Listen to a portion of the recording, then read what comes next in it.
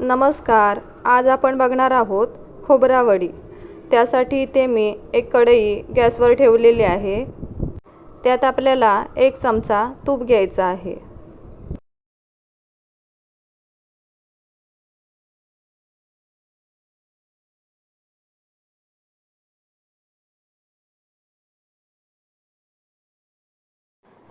तूप वितळल्यावर आपल्याला त्यात ओलं खोबरं टाकायचं आहे.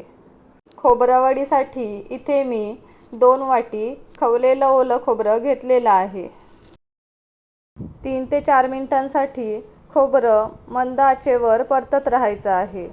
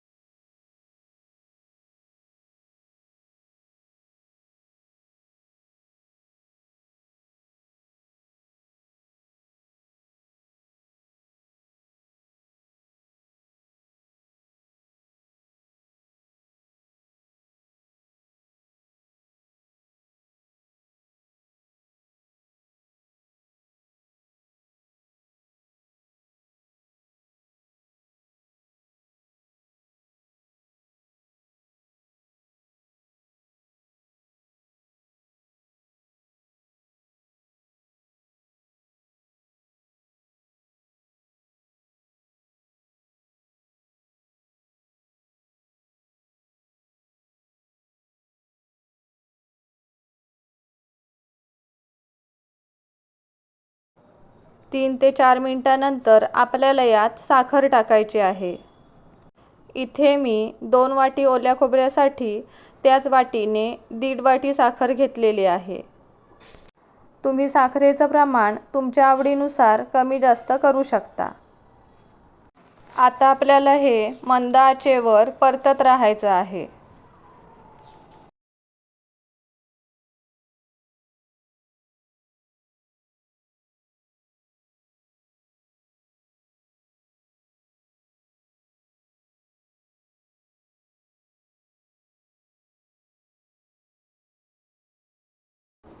आता मी यात केशरच्या काड्या टाकणार आहे. तुमच्याकडे जर केशर नसेल तर नाही टाकलात तरीही चालेल. केशर टाकून झाल्यावर आपल्याला हे पुन्हा मंद आचेवर परतत राहायचं आहे.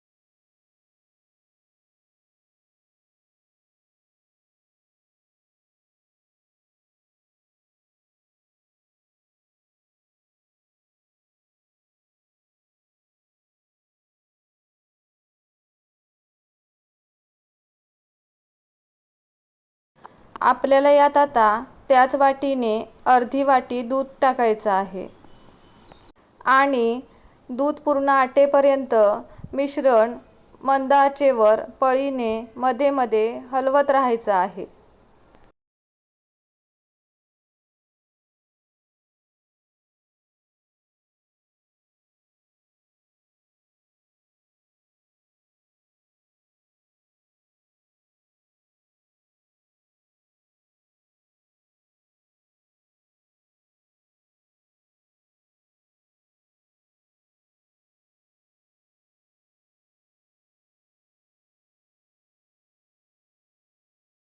आता आपल्याला यात वेलची पावडर टाकायची आहे.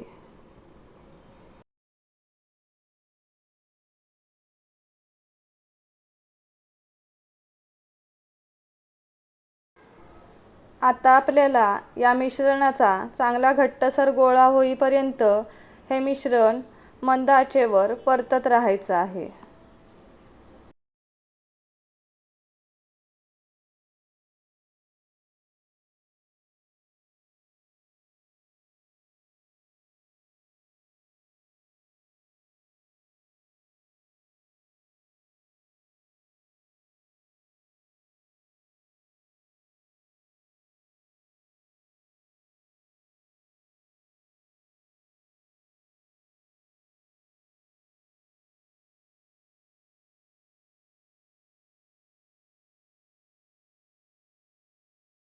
इथे बघू शकता मिश्रणाचा घट्टसर गोळा झालेला आहे।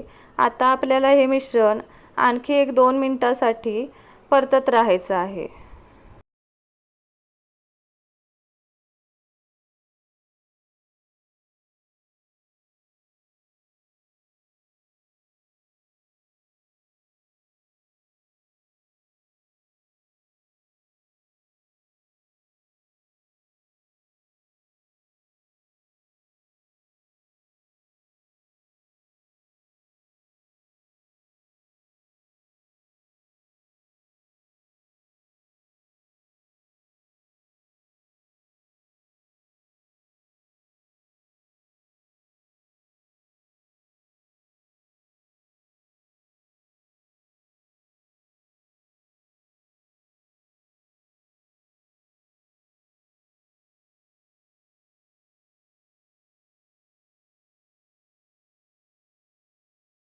आपल्याला वडीसाठी पाहिजे तसं मिश्रण तयार झालेलं आहे।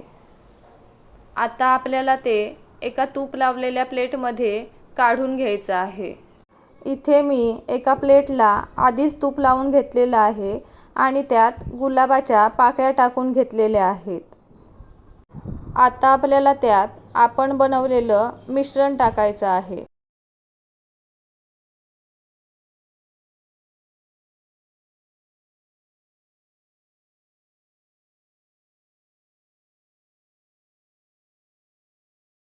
मिश्रण प्लेटमध्ये काढून झाल्यावर आपल्याला ते एखाद्या पलेत्याने किंवा एखाद्या वाटीला तूप लावून त्या वाटीने मिश्रण चांगलं पसरून घ्यायचं आहे। मी इथे सजावटीसाठी गुलाबाच्या पाकळ्या वापरल्या आहेत।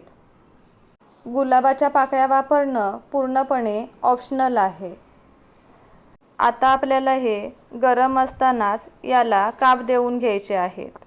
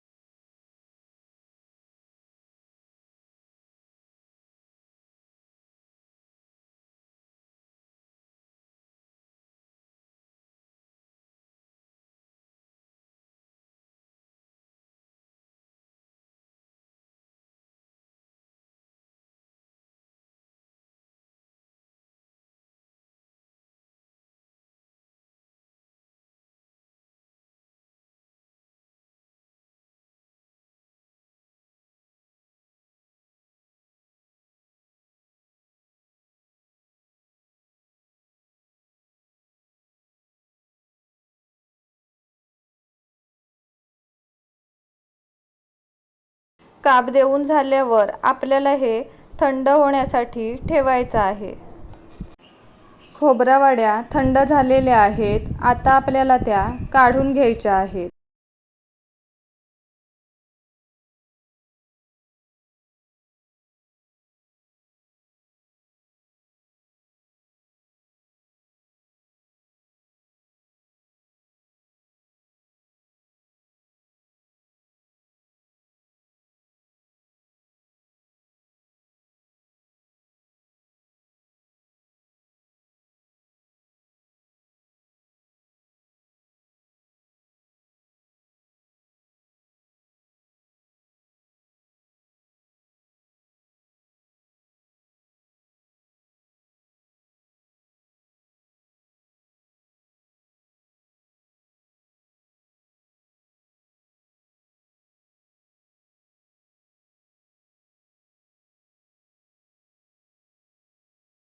इथे आपल्या नारळाच्या वड्या बनवून तयार आहेत। तुम्हाला जर माझ्या रेसिपी बघायला आवडत असतील तर व्हिडिओला लाईक करा, शेअर करा आणि चॅनलला सबस्क्राईब करा। आता भेटूया पुढच्या रेसिपीमध्ये। धन्यवाद।